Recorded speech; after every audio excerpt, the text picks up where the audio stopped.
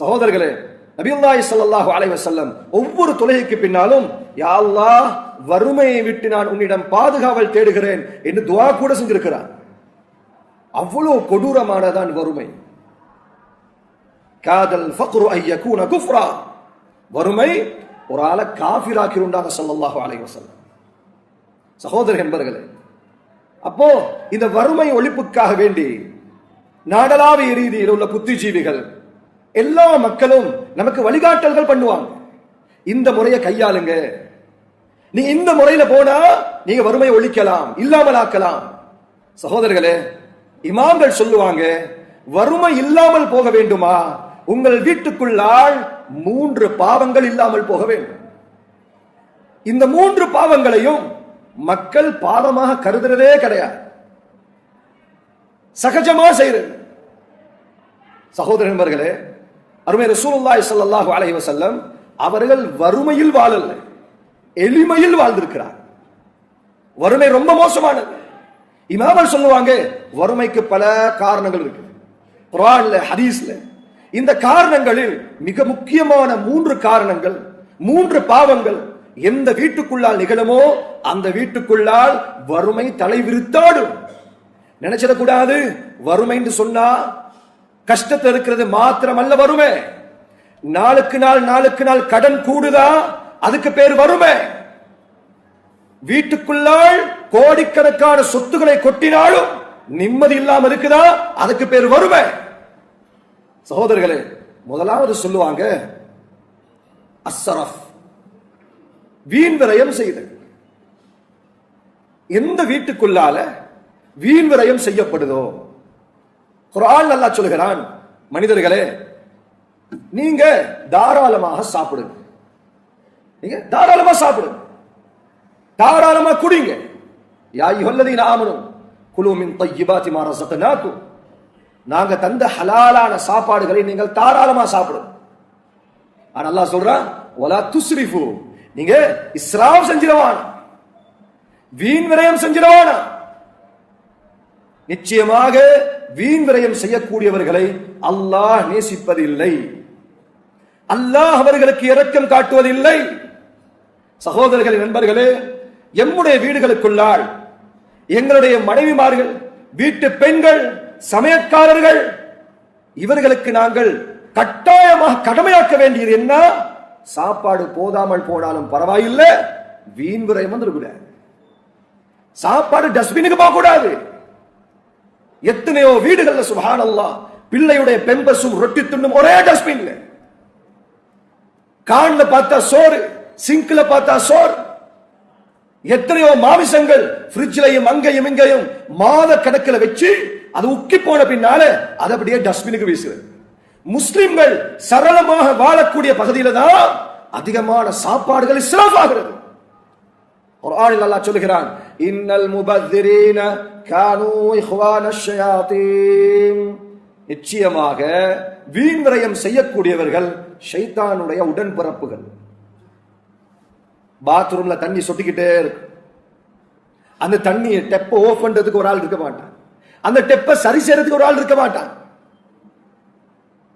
சகோதரர்களே, எத்தனையோ நாடுகள் தண்ணிக்கு திண்டாடுறாங்க, காசு கொடுத்து தண்ணி வாங்குறாங்க.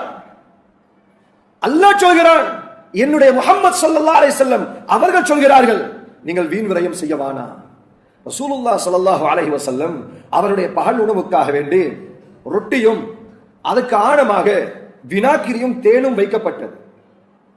வினாக்கிரியும் தேனும் சொன்னாங்க ரசூலுல்லாஹி ஸல்லல்லாஹு அலைஹி வஸல்லம், உதுமானி ஃபீ இனா, ஒரு சாப்பாட்டுக்கு 2 ஆணம், ஒரு ஆணத்தை எனக்கு இரவைக்கு வைங்கண்டா. அவங்களுக்கு விளங்குது, இந்த ஒரு ஆணம் எனக்கு போதும், 2வது ஆணத்தோடு சாப்பிடுவது வீண் விரயம். சகோதரர்களே, எனக்கு விளங்குது, இந்த சாப்பாடை நான் சாப்பிட ஆரம்பிக்க முன்னால எனக்கு கணிக்க முடியுது, எனக்கு யூகிக்க முடியுது, இந்த சாப்பாடை நான் சாப்பிட முடியும். 5 பேர் ஒரு சஹன்ல உட்கார்ந்தா 15 பேர் சோத்தை கொட்டுறது. அதுல இருக்கிற எல்லா சாப்பாடுகளையும் ஒன்றா கொட்டி கடைசியில தின்ன முடியாம அதை அப்படியே சுத்தி சுஃப்ரால கொட்டி அதை அப்படியே சுருட்டி வீசுறது.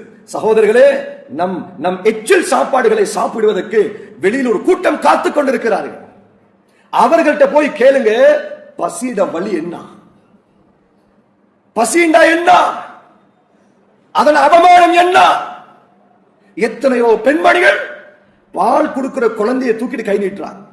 அவர்களுடைய மானம், அவர்களுடைய மரியாதை, கௌரவம், குடும்பம் எல்லாத்தையும் தூக்கி பின்னால போட்டுட்டு அவர்கள் வயிற்று பசிக்காக கை நீட்டான சகோதரர்கள். நிக்காஹ் என்ற பெயர்ல, வலிமா என்ற பெயர்ல சகோதரர்களே சாப்பாட்டுக்கு நடக்கிற இஸ்ராஃப் ஆச்சரியமா இருக்கு. அல்லாஹ் தண்டனை இறங்காம இருக்கு. சகோதரர்களே, நாங்கள் தடுக்காவிட்டால், குடும்ப தலைவர்களாக நாங்கள் எச்சரிக்கை செய்யாவிட்டால் இதே நிலைமை அல்லாஹ் பாதுகாக்க வேண்டும். எங்களுக்கும் வரலாறுல பதிவு செய்யறாங்க, அப்துல் மலிக் பின் மர்வான் 5 தலைமுறை மன்னர் பரம்பரை, வாப்பா, அப்பா, பாட்டன், முப்பாட்டன் எல்லாமே மன்னர் பரம்பரை. ஆனா அப்துல் மலிக் பின் மர்வானுடைய பேர பிள்ளைகள் மஸ்ஜிதுக்கு வெளியால் யாசம் கேட்டதாக வரலாறு இருக்கு. யாசம் கேட்பாங்க, இந்த மஸ்ஜிதை என் வாப்பா கட்டினது, காசு கொடுங்க. சகோதரர்கள் என்பர்களே, எங்கள் குழந்தைகளுக்கும் கற்றுக் கொடுங்க, சிம்பிளா வாழ கற்றுக் கொடுங்க. சின்ன சாப்பாடா சாப்பிட்டு உறங்க கற்றுக் கொடுங்க. சொகுசு ஒரு காலமும் வெற்றிக்கு வழிவகுக்காது. வாப்பா இல்லாத காலத்துல அந்த புள்ள சொந்த கால நிற்பார். போதும் என்ற மனசு நிரப்பம் அவர்கிட்ட இருக்கு. சகோதரர்கள் என்பர்களே, இது முதலாவது பாவம். இரண்டாவது பாவம் துனூபுல் ஹலவாத், தனிமையில் செய்யக்கூடிய பாவங்கள். தனிமையில் செய்யக்கூடிய பாவங்கள் கரையான் அரிப்பதை போல் நம்முடைய சொத்துக்களை நாளாந்தம் அரிச்சுக்கிட்டே இருக்கு, வீண் செலவுகளை உண்டாக்கும். ஃபுதைல் பின் இயாத் ரஹ்மத்துல்லாஹி அலைஹி அவங்க சொல்லுவாங்க, நான் அல்லாஹ்வை மாறு செய்கிறேன், அதனுடைய தாக்கத்தை ஃபஅஜிது அஸரஹா ஃபீ ஹிமாரி வஃபி இம்ராஅதி வஃபி ஃபஅரி பைதி. சொல்றாங்க, நான் அல்லாஹ்க்கு மாறு செஞ்ச பின்னால அதன் தாக்கத்தை என் வாகனத்தில் கண்டுகொள்கிறேன். திடீர்னு எங்கேயாச்சும் போய் மோதிக்கிது, எங்கேயாச்சும் ஒரு செலவு இழுத்து வைக்குது. அதே போல் என் மனைவியிலையும் காணுகிறேன், திடீர்னு வாயாடியா மாறிடுறான். நல்லா இருந்த பெண் சொல்லிவிட்டு சொன்னாங்க, வஃபி ஃபஅரி பைதி, என் வீட்டு எலிகளிலும் காண்கிறேன். என் வீட்டு எலி அதனுடைய சேட்டைத்தனத்தை அதிகரிக்கும் என்ற தனிமையிட பாவத்தை பொறுத்து. இப்னு இயாத் ரஹ்மத்துல்லாஹி அலைஹி அவங்க சொல்லுவாங்க, வட்டியோடு சம்பந்தப்படுற என்னுடைய சொத்தில் அநியாயம் கலந்திருக்குது, கொடுக்க முடியுமா இருந்தும் நான் கடனை கொடுக்காம இருக்கிறேன். சகோதரர்களே, இதெல்லாம் தனிமையிட பாவம். நான் ஒரு தகப்பனாக, நான் ஒரு தாயாக என் குழந்தைகளுக்கும் நான் ஏவணும், மகள் நீங்க மொபைல் யூஸ் பண்ணணுமா, மகள் நீங்க போன் யூஸ் பண்ணணுமா, நீங்க ஹால்ல வந்து யூஸ் பண்ணுங்க, நீங்க ரூமுக்கு கொண்டு போவானும், நீங்க ரூமுக்கு கொண்டு போக வேண்டிய தேவை இல்லை. பனூ இஸ்ரவேலர்கள் குரங்குகளாகவும் பன்றிகளாகவும் உருமாற்றப்படுவதற்குரிய காரணம் குர்ஆனில் அல்லாஹ் சொல்கிறான், கானூ லா யதனாஹூன அம் முன்கரின் ஃபஅலூ, அவர்களுக்கு மத்தியில் நடக்கும் பாவங்களை கண்டும் காணாதது போல் இருந்தார்கள். வாப்பா சொல்றது பர்சனல், பிள்ளைகள்ட்ட பர்சனல்ல தலை போடக்கூடாது. சகோதரர்கள் என்பர்களே, ஒரு காலம் அதே புள்ள சோதனையாக மாறின பின்னால அந்த நேரம் விளங்கும். குர்ஆன் சொன்னது, ஹதீஸ் சொன்னது, நான் குழந்தையை பெற்றெடுத்தேனா நானும் பாவம் செய்யக்கூடாது, என் குழந்தைகளையும் பாவிகளாக ஆக்கக்கூடாது. அவன் திருந்திக்கிடுவான். இல்ல இல்ல, எந்தெந்த தாய் தந்தைமார்கள் தங்களுடைய குழந்தைகள் பாவம் செய்ய விட்டு விட்டார்களோ அல்லாஹ் சொல்லுவான், வகிஃபூஹும், நிறுத்துங்கள் அவர்களை, இன்னஹும் மஸ்ஊலூன், அவர்கள்ட்ட பல கேள்விகள் கேட்கிறது. அங்க தாண்டி போக இயலாது. ஒரு கூட செக் பாயிண்ட் இருக்கு, எல்லாத்துக்கும் வகை சொல்லணும். இஸ்லாம் சொல்லுது, குழந்தை பெற்றெடுக்க முன்னால் குழந்தையை வளர்த்துக்குரிய தர்பியாவை நீங்கள் எடுத்துக் கொள்ளுங்கள். குழந்தை எப்படி வளர்க்கணும். சகோதரர்களே, எது எப்படியோ தனிமையுடைய பாவம் எங்களுடைய சொத்துக்களை அழிச்சு போட்டு கரிச்சு போட்டு. மூன்றாவது சொல்லுவாங்க இமாம்கள், ஒரு வீட்டுக்குள்ளால வறுமை வருவதற்குரிய மூன்றாவது பாவம் அத்துலும், அநியாயம் செய்வது. ஹதீஸுல் குத்ஸியில் அல்லாஹ் சொல்கிறான், யா இபாதி, என் அடியார்களே, இன்னி ஹர்ரம்து துல்ம அலா நஃப்ஸி, நிச்சயமாக நான் அநியாயம் செய்வதை எனக்கு நான் ஹராமாக்கி இருக்கிறேன்.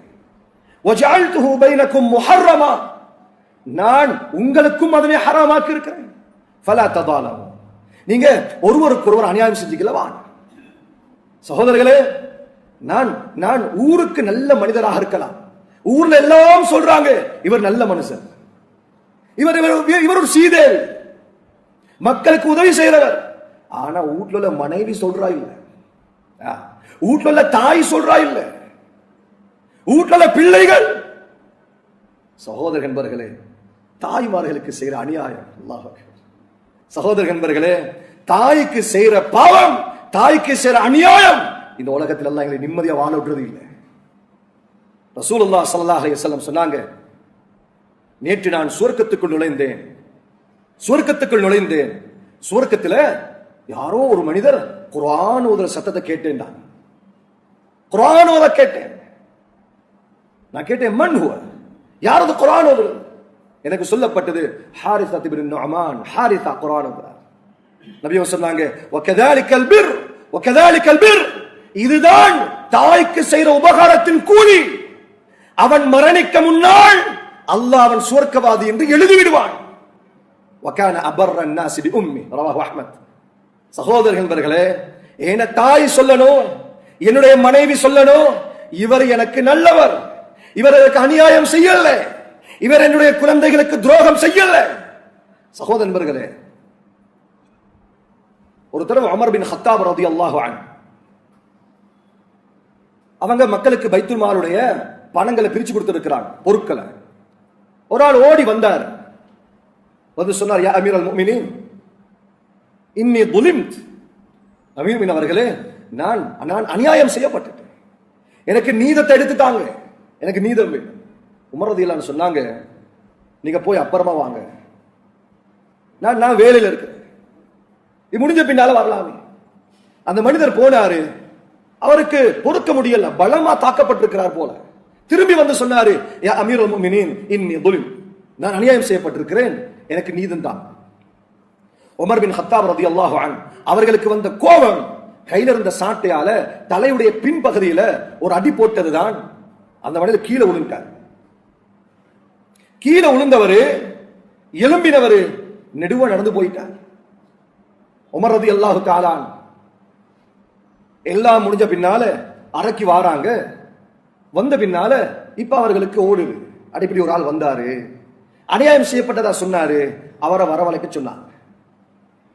அவர் வந்த பின்னால உமர் பின் கத்தாப் ரலியல்லாஹு அன்ஹு அதே சாட்டையை கையில கொடுத்து சொன்னாங்க, நான் எப்படி உங்களுக்கு அடிச்சேனோ அதே மாதிரி எனக்கு அடி சொல்லி தலையை காட்டு, தலையை குனிச்சான். அந்த மனிதர் என்ன செஞ்சாரு, சாட்டை அப்படியே தூக்கி உமர் ரலியல்லாஹு அன்ஹுக்கு முன்னால கீழே போட்டார், அடிக்கிறது. உமர் ரலியல்லாஹு அன்ஹு சொன்னாங்க, ஹல்ல தகம்த, நீ பழி வாங்கி இருக்கலாமே, நீ அடிச்சிருக்கலாமே. அதற்கு அந்த மனிதர் சொன்னாரு, யா உமர், தரக்து ஹக்கி லியௌமில் கியாமா, உமரே, என்னுடைய இந்த பழி வாங்கும் உரிமையை கியாமத்துடைய நாளில் அல்லாஹ்வுக்கு முன்னால் எடுத்துக்கொள்கிறேன்.